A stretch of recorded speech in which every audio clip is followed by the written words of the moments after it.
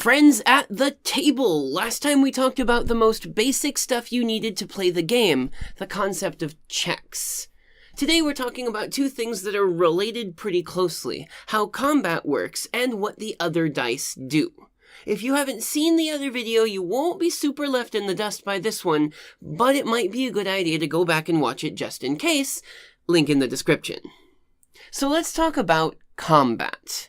And the things that you're allowed to do during combat. Historically, Dungeons & Dragons grew out of miniature war games, so it only makes sense that there's still a large focus on combat and fighting. In fact, you'll find that the majority of your character's abilities are combat abilities, and only a sort of minority of them are useful and unique outside of fighting. I mean, not to say, of course, that you can't take your combat abilities and be clever with them, but anyway, let's talk about how combat works. When combat starts, your DM will call for you to roll initiative. This is just a dexterity check with no proficiencies related, unless you're playing a bard, at which point you probably have the ability by now called Jack of all trades that gives you half of your proficiency bonus on anything with which you aren't already proficient. Initiative is a measure of how quickly you react to the start of a fight, and it determines your turn order in combat. The higher you roll, the closer to the top of the combat order you'll be. Combat goes by turn, with the turn order moving down the initiative list. So when it's your turn, you have some options from which you can choose. In general, unless your abilities say otherwise, when your turn starts, you have two options. You've got movement and action. You can move a number of feet equal to your character's speed during your turn. Most of the time it's 30. If you're a small character, it might be 25. You might be a little bit faster. The movement that you take does not need all be at the same time. You can walk 15 feet, do an action, and then walk the remaining 15 feet afterwards if you like. You can also choose to move as many feet as you like up to your speed, which means you can move 0 feet or 10 feet or whatever. If you're playing with miniatures and have a grid that you're playing on, then each cell of the grid is generally about 5 feet. It is therefore difficult to move outside of increments of 5 feet in such a case. But you know. Outside of movement, you have several options to do with your action, of which you get one per turn. So let's go over them here. Strap in, it is list time. First thing you can do is attack. You use a weapon you have to try to do damage to another thing. This is the attack roll that I described in the previous video. In general, when you make an attack action, you get one attack with that weapon, but some abilities will allow you to make more than one. You'll know if you have an ability that gives you more than one attack when you make an attack action. You can cast a spell. If a spell's casting time is one action, you can use your action to cast that spell, of course. Note that some spells have casting times that differ from this one action cost. Some will take a minute to cast, or an hour, or several days. Some of them might even have other things that we'll talk about further in the video. Keep your eyes out for that. Most spells that are useful in combat are spells that you can cast with your action during a turn. Dash is the action that essentially just foregoes the ability to do another thing in favor of you moving up to your speed again. That is to say that if you take the dash action, then your speed for this turn is doubled, but you can take no other actions. You can disengage. This one is tricky because the concept to which it pertains has not yet been introduced, but taking your action to disengage means that you can move safely away from an enemy without allowing them an attack of opportunity, which we'll discuss in a moment. You can take the dodge action. This is the equivalent of using the defend option in most video game RPGs. When you make a dodge action, any attacks that are made against you until the start of your next turn have disadvantage, and you have advantage on dexterity saving throws. This is useful if, like you can't get close enough to a threat to stop it, or if you know that something is going to spit fire or shoot arrows at you or something like that. You can prepare for it and make it harder for them to hit you. You can take the help action. If you have someone nearby that is trying to do a thing, you can assist them with that thing. Until the start of your next turn, the person that you help gets advantage on their next roll to try to succeed at the aforementioned thing.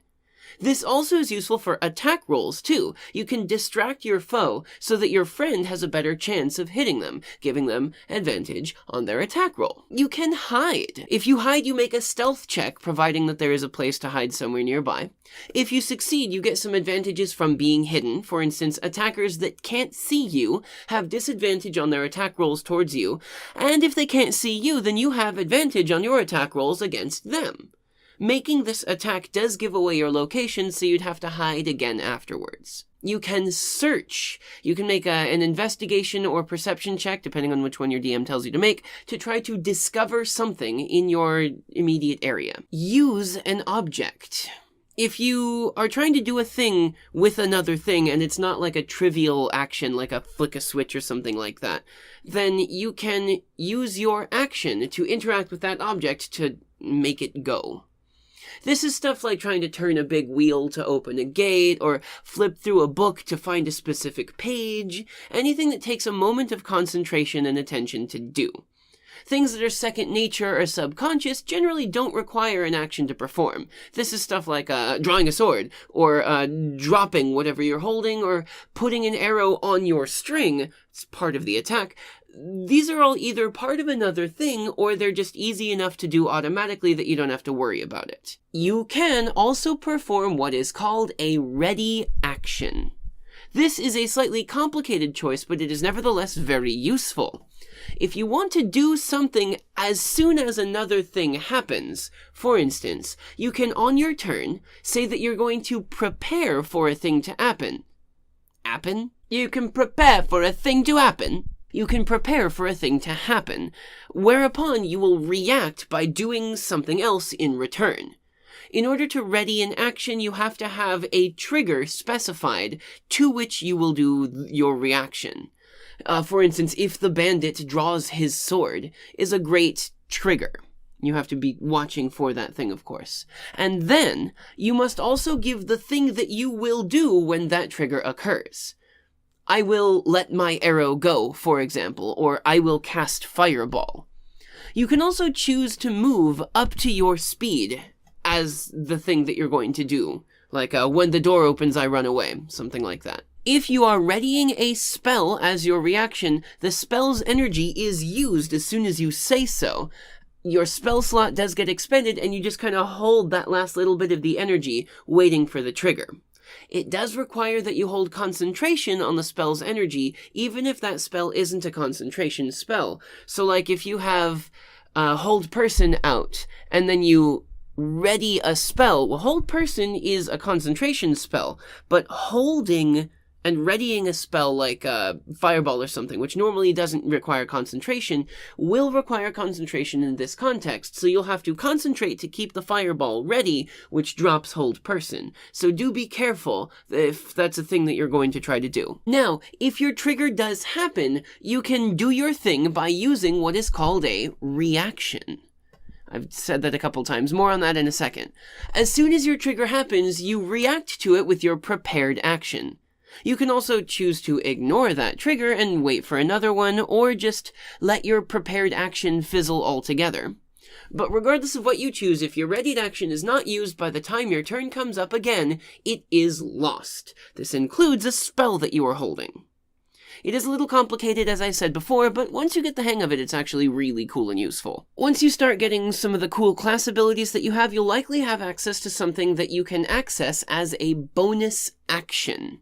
You can perform one bonus action per turn, just like everything else, but only if you have an ability that grants you one. These are smaller things for the most part, and many of them are contingent on having performed an action beforehand. For instance, a monk's ability to make an extra attack as a bonus action requires the monk to have taken an attack action first. So you can go like, I make your attack, and then as a bonus action, I make another attack. I have mentioned two specific things above, reactions and attacks of opportunity, which I said we would get to, so let's do that right now. A reaction is an ability that you can use in response to something else happening. The most common reactions are from ready actions and attacks of opportunity. You have one reaction, and once you spend it, You don't get another one until your turn starts again. We've talked about readied actions already, so let's talk about attacks of opportunity. A creature threatens the space around it that it can reach to attack, called its attack range. If a character moves out of one of those threatened spaces into a space that is not threatened, it provokes an attack by the creature whose range it left. So, like, if you are standing around a orc or something, and you move one space that's still adjacent to that orc, you're okay because you haven't left its range. But the second that you move away from the orc and there's a space between you and it now, that's when this thing would trigger. That creature can choose to spend their reaction and immediately make a melee attack roll against the fleeing opponent. This happens immediately as soon as they leave the threat range, so if they are incapacitated by that attack, they fall while still in that range. This is the most basic information about combat: action, bonus action, reaction, and movement.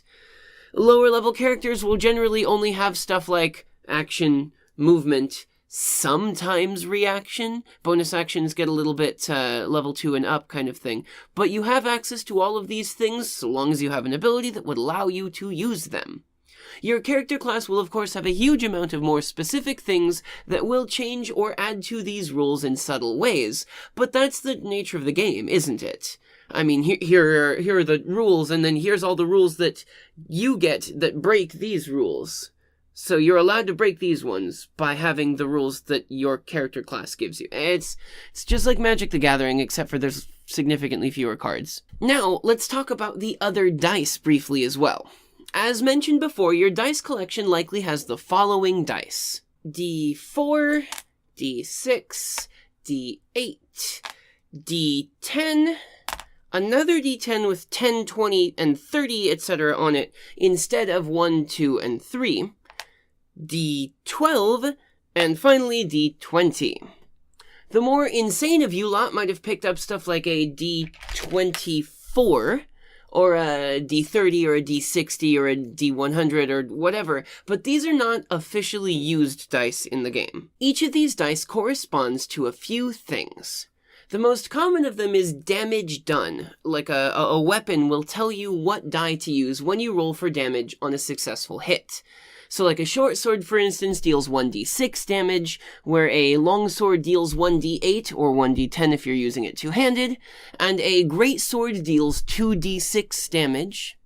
You'll also use them for your class's hit dice. This is what gives you the number for your HP on your character sheet, which we talked about in a previous video. Whenever you gain a level in your class, you'll roll the die associated with that class and add that many points to your maximum HP. Wizards get a D6, monks get a D10, barbarians get a D12. It's a curiosity to note that no weapon does 1d20 damage, and no class has a D20 for its health. I'm sure the more astute of you can find instances wherein this is incorrect, but I would wager that those instances are not official D&D produced instances, and are more homebrew.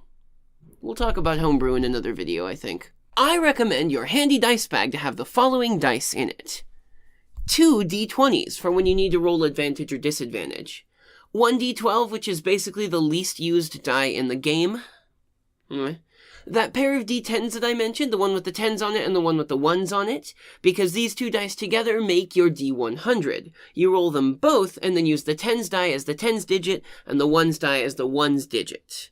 Note that normally on a D10, a 0 denotes the number 10, but in the case of the D100, it counts as a 0. If you have the fortune of rolling a 0 and a double 0 on your other die, then you've rolled a 100. You only really need one 8-sided die unless you're a spellcaster, at which a solid like 4d8 will probably come in handy. You might have to roll a couple of them more extra times.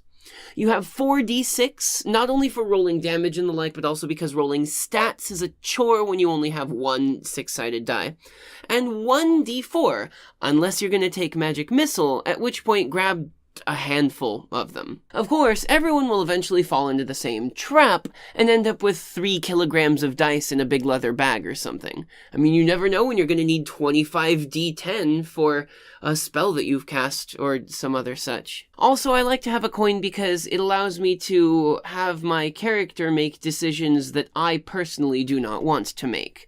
So I'm given the opportunity and I just, okay, character does this kind of thing. Maybe a little bit simplistic, but anyway. So we've talked about how combat works in a basic sense, and briefly about all the dice, including the non-D20 dice. It might seem a little bit overwhelming to have all of this information, so I have made a cheat sheet for combat actions that you can use that I think will be useful for you. You can find it over on my Patreon, where you can get it for free without having to be a patron, because of course it's free. It'd be a dick move if it wasn't. Should the desire arise within your great heart, however, to support me a bit because you find that you actually appreciate these looks into the game and how it works with regards to you and your character, please don't hesitate to hit the button that makes you a patron. I will sing my appreciation of you throughout the ages. You guys are the best, seriously. I hope that you enjoyed this video and that it has helped you out and was useful. Until next time, friends, may your hits be critical. See you next time.